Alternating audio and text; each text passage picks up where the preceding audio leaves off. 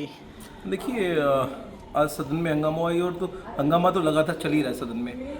आम आदमी पार्टी की सदन चलाने में रुचि नहीं है, संवैधानिक व्यवस्थाओं को ध्वस्त करने में उनकी रुचि है।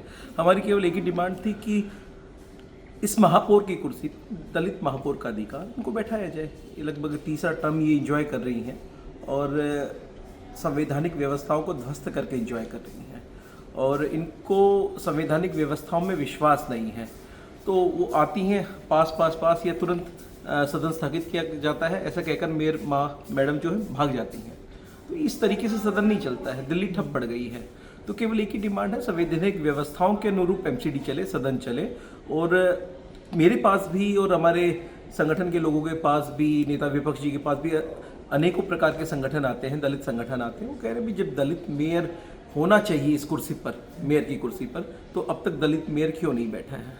तो ये सवाल सबका है, हम लोगों का भी, इसी के निमित्त हम लोग संघर्ष कर रहे हैं। उन्होंने आई और उसके बाद में बहुत पास कर दिए बिल, ये पास वो पास।